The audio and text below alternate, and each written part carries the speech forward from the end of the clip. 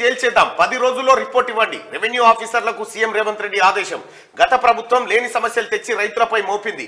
ధరణి కోసం అసలు టెండర్ పిలిచిండ్రా? నిర్వహణకు ఎంత చెల్లిస్తున్నారు? బ్యాంకులను ముంచిన కంపెనీతో గత సర్కారు ఒప్పందం చేసుకుండేది. భూ సమగ్ర సర్వే కోసం ప్రణాళికలు రెడీ చేయాలని ఆదేశం. ధరణి కోసం తీసుకున్న నిర్ణయాలపై రిపోర్ట్ ఇవ్వాలని సీఎస్ కు సూచన. భూ సంబంధిత వివాదాల శాశ్వత పరిష్కారానికి ప్రత్యేక కమిటీలో మంత్రులు, అధికారులు, రెవెన్యూ ఎక్స్పర్ట్స్, రైతు ప్రతినిధులు కూడా ఇందులో ఉంటారు. కేసీఆర్ ధరణి పట్టుకొచ్చిండు, ఎవరిని అడిగి తెచ్చినో తెలియదు.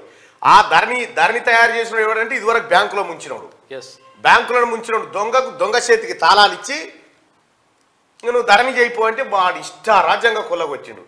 ఇప్పుడు ఆ పైలు దేపోరా అంటే ఇప్పుడు గద ఉరుకుతా ఉన్నారు. ధరణి ప్లేస్ లో భూమాత, మొత్తం భూమాత రాబోతా ఉంది.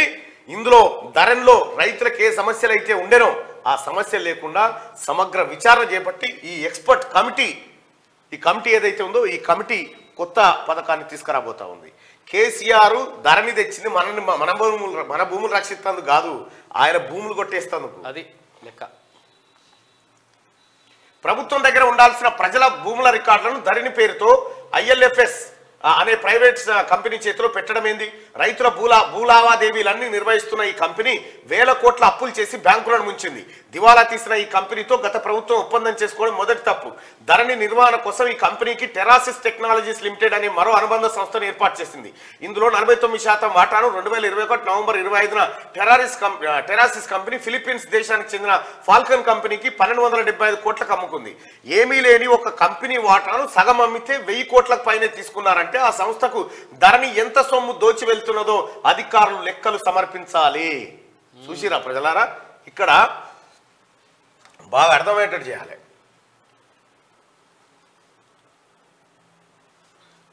ఇక్కడ ILFS అనేటువంటి కంపెనీ, ప్రైవేట్ కంపెనీ. వాస్తవానికి కూడా ఇది రైతులు బాగా గుర్తుపెట్టుకోవాలి. వీళ్ళు చేసిన పెంట ఏందనేది.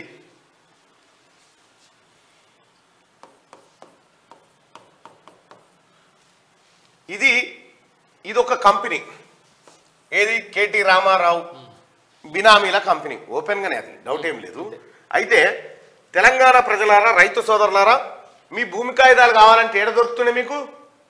MRO ఆఫీస్కి పోదు. MRO దగ్గరకో పటవారి దగ్గరకో పోతే వీడికి పోతే ఏమవుతుండే అంటే మీ నకలు కావాలన్నా, పాని కావాలన్నా, పాస్బుక్ కావాలన్నా దొరుకుతుండే. కానీ కేసీఆర్ ఏం చేసింది ఓకేనా? ఈ MRO వ్యవస్థను రద్దు చేసి, VROలను రద్దు చేసి, MROలకు అధికారాలు లేకుండా, RDOలకు లేకుండా వీళ్ళందరి దగ్గరికి మీ కాగితాలు అన్ని ఎత్తుకపోయి వీనికి ఇచ్చిండు. ఈ ప్రైవేట్ ఇచ్చేసిండు, ఈ ప్రైవేట్ లిమిటెడ్ కంపెనీ వానికి ఇచ్చిండు. ఈ కాగితాలు అన్ని ఎత్తుకపోయి వీనికి ఇచ్చిండు. వీడు ఎవడంటే ఇదివరకు బ్యాంకులను ముంచిండు, డిఫాల్టర్, బ్యాంకులను ముంచినోడు. బ్యాంకులు ముంచినోనికి ఇవన్నీ తీసుకపోయి ఇచ్చిండు. వీడేం చేసిండు? టెరాసిస్ అని ఇంకో కంపెనీ పెట్టిండు. ఏమని పెట్టిండంటే తెలంగాణ ప్రభుత్వం భూ రికార్డులకు సంబంధించిన వ్యవహారం కాంట్రాక్ట్ మాకు ఇచ్చింది అని టెరాసిస్ కంపెనీ. ఈ టెరాసిస్ కంపెనీకి సంబంధించిన 49% వాటా, 49% వాటాను కంపెనీల పైసలు లేవు, ఏం లేవు. ఇందులో కంపెనీల వాటా నమ్మిరు. జస్ట్ వాటా 49% వాటా అమ్మితే 1200 కోట్లు వచ్చినాయి. 1200 కోట్లు ఫిలిప్పీన్స్ కంపెనీ వానికి అమ్మిరు. ఆ వాటా అమ్మితే 1200 కోట్లు వచ్చినాయి. ఇక్కడ ఏమిట్లకేం లేదు, కంపెనీలో ఏకాన పైసలు లేవు, 1200 కోట్లు ఎట్లు వచ్చినాయి ఈ కంపెనీకి?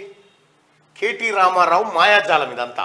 మీ రికార్డులన్నీ వీనికి ఇస్తే వీడు ఇక భూమి ఒకనికి అసలు మీ భూ రికార్డులే లేవు. ఇప్పుడు ధరణి తెచ్చి మీ భూ రికార్డులే లేకుండా చేసిండు. ఈ ధరణి కథ ఇక వీడే, ఈ కంపెనీ కూడా ఈ ధరణి చేస్తాడు. ధరణికి సంబంధించి మొత్తం కేటీ రామారావు బినామీలే. ఇలా తెలంగాణ రాష్ట్రంలో ఉన్న భూ సంపద మొత్తం వీని చేతుల్లోకి వెళ్ళిపోయింది. ఇప్పుడు పటవారి దగ్గర లేవు కాగితాలు, MRO లేవు, మీకు వీడికి వెళ్ళిపోయినాయి.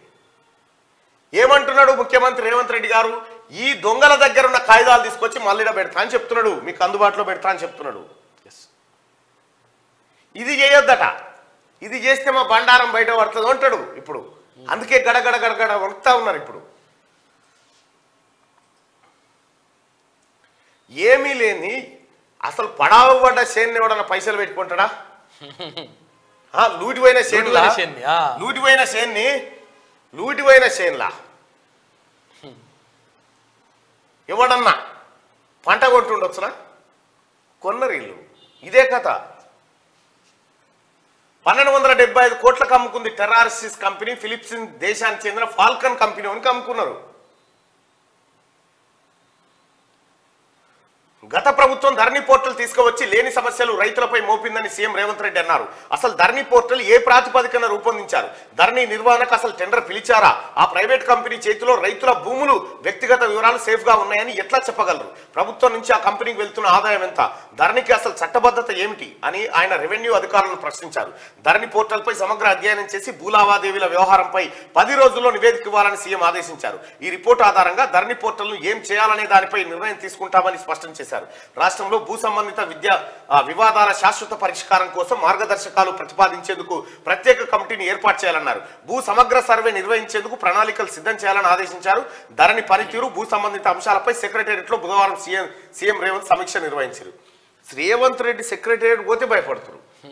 టిఆర్ఎస్ భయపడాల్సింది సమస్యలు, కానీ వీళ్ళెందుకు భయపడుతున్నారో నాకు అర్థమైతలేదు. వాళ్ళే సమస్యలు కాబట్టి రోజు కనుకుంటారు. పోతుండ అయ్యాలా సెక్రటేరియట్ పోతుండా, ఏ ఫైల్ తీస్తుండో, ఏం చేస్తుండో, ఈ భయంలో ఉన్నారు. మీరు ఈ భయమైనా చేస్తారు.